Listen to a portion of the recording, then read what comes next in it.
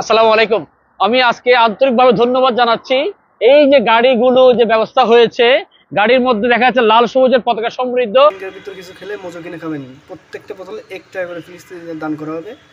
বোতলের গায়ে আমি আপনাদের দেখাবো, স্ক্রিনে দেখাবো, বোতলের গায়ে একটা স্ক্যান কোড দেওয়া আছে। আপনি স্ক্যান করলে ওটা দেখতে পারবেন যে এ পর্যন্ত মুসলমানদের যে পরিমাণে মজো খেয়েছে। আপনারা এখন যেটা দেখলেন 1,40,00,000, এটা আরও 3-4 দিন আগের একটি স্ক্রিনশট দেওয়া, এখন আরও অনেক বেশি, 1,42,00,000 টাকারও বেশি এই পর্যন্ত তারা কালেক্ট করছে।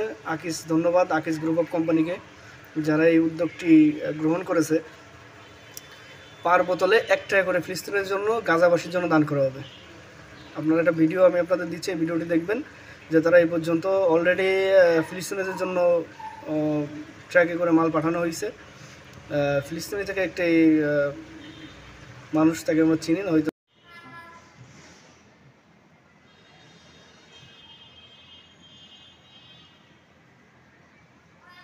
আসসালামু আলাইকুম। আমি আজকে আন্তরিকভাবে ধন্যবাদ জানাচ্ছি। এই যে গাড়িগুলো যে ব্যবস্থা হয়েছে, গাড়ির মধ্যে দেখা যাচ্ছে লাল সবুজের পতাকা সমৃদ্ধ। বাংলাদেশের পক্ষ থেকে গাজাবাসীর জন্য আল আজহার বিশ্ববিদ্যালয়ের যে প্রতিষ্ঠান রয়েছে বাইতুল জাকাত, এর সাথে যৌথভাবে আশ ফাউন্ডেশন, রেড ক্রিসেন্টের সহযোগিতায় এই সকল পুরো গাড়ির উপহারগুলো পৌঁছে যাবে গাজাতে।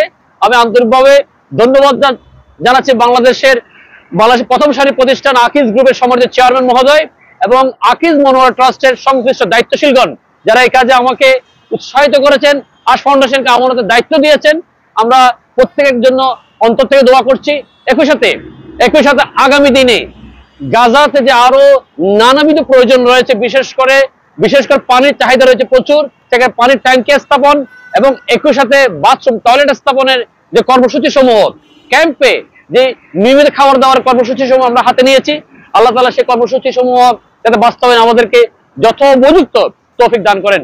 আকিজ গ্রুপের সম্মানিত চেয়ারম্যান মহোদয়কে আন্তরিক ধন্যবাদ আমাদের উপর আস্থা রাখার জন্য। আসসালামু আলাইকুম।